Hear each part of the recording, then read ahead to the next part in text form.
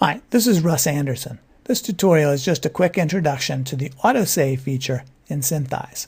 So you turn that on from the Preferences panel. There's a little spinner that sets the number of minutes between autosaves. So once you've got that turned on, after some period of time, you're going to get the pop-up to ask you where you want to save the file. So I'll just select a file, save that away. And now, of course, every time I make some change, within a minute or so, the file is going to be saved away again. And, if you're going and scrubbing in the zone, in the time bar, or changing a spinner, or have some dialog up, it's going to temporarily block the autosave until you finish doing that. And that gets pulled around every 6 seconds or so.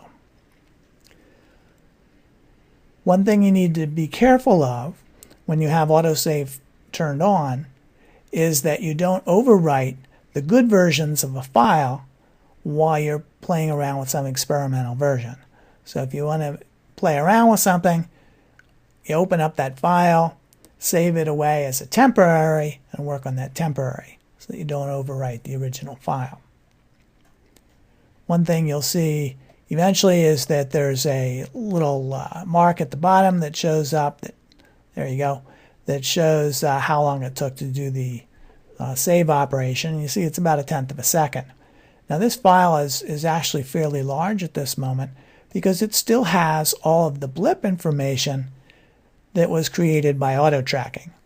Now that information is automatically erased when you do a cleanup trackers, as long as you have this little checkbox there. So if you go and clean up the trackers automatically, it takes out that blip information, and that dramatically reduces the size of the file. You can also do that manually using the Clear All Blips button. Now, every time SynthEyes does a autosave, it does keep away a backup version of the file. So, as it's writing the new test.sni file, the previous one has been copied to that test.sni.back file. So you have kind of a backup to the backup file at all times. Now, if you go and open up a file now, you'll see that it'll do that without having to ask you whether you want to save or not, because essentially you've already given permission to save the file by the very act of having the autosave turned on. So there's some interesting little details to all of this. I urge you to check out the manual, and there's a section on autosave there that has some of the details of the whole thing and some little things that you may take advantage of. Thanks a lot.